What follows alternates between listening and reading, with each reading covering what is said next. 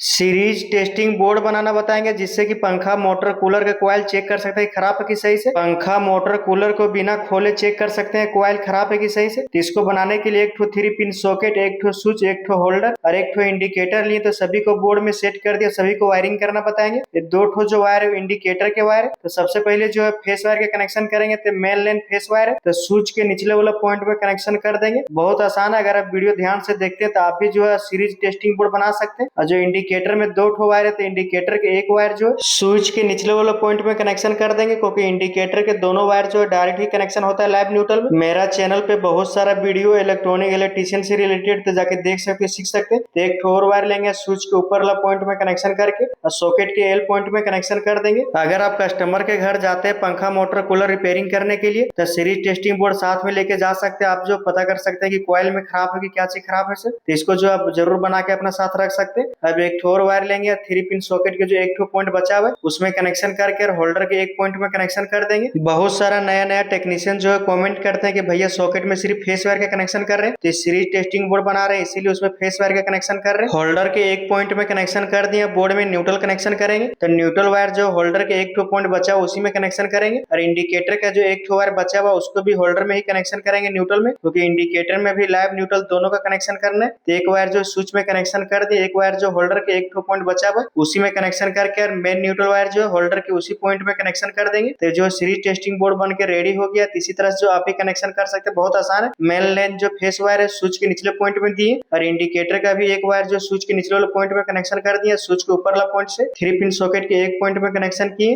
और 3 pin socket के दूसरा पॉइंट से लेके होल्डर में कनेक्शन कर दिए। अब मेन न्यूट्रल वायर जो है होल्डर के एक पॉइंट में कनेक्शन किए, इंडिकेटर का भी एक वायर जो है न्यूट्रल में कनेक्शन कर दिए। तो बोर्ड का वायरिंग कंप्लीट हो गया। इसी तरह से आप भी वायरिंग कर सकते हैं। बोर्ड को बॉडी में सेट कर देंगे और चेक करके बताएंगे कि पंखा मोटर कूलर के कॉइल कैसे चेक करते हैं खराब है कि सही से, कैसे पता करते हैं। तो एक तो जो सीरीज टेस्टिंग करने के लिए 100 वाट का बल्ब लेना, क्योंकि एलईडी बल्ब में चेक नहीं होगा, और होल्डर में लगा देंगे। अगर आपको मल्टीमीटर यूज करना नहीं आता है तो आप सीरीज टेस्टिंग की मदद से कोई भी डिवाइस को चेक कर सकते हैं खराब है कि सही से। इसको साइड में रख देंगे और एक 2 पिन टॉप लेंगे और उसमें 2 ठो वायर के कनेक्शन कर देंगे, क्योंकि इसी से जो है सीरीज टेस्टिंग को चेक करेंगे टच करके। मेरा चैनल पे बहुत सारा वीडियो इलेक्ट्रॉनिक इलेक्ट्रिशियन से रिलेटेड, तो जाके देख सकते हैं सीख सकते हैं। तो पेज के फॉलो कर लिया, वीडियो को लाइक करें। तो 2 पिन टॉप को जो है सॉकेट में लगा देंगे। अब बोर्ड को लाइन से कनेक्शन कर दिया, इंडिकेटर में लाइट आ गया, लाइट जल रहा है। बोर्ड में जो एक ठो स्विच है स्विच को ऑन कर देंगे, और 2 पिन टॉप में जो 2 ठो वायर कनेक्शन किए दोनों वायर को आपस में टच करेंगे। तो टच करने पर बल्ब जो है जलना चाहिए, अगर जल रहा है तो सीरीज टेस्टिंग ओके।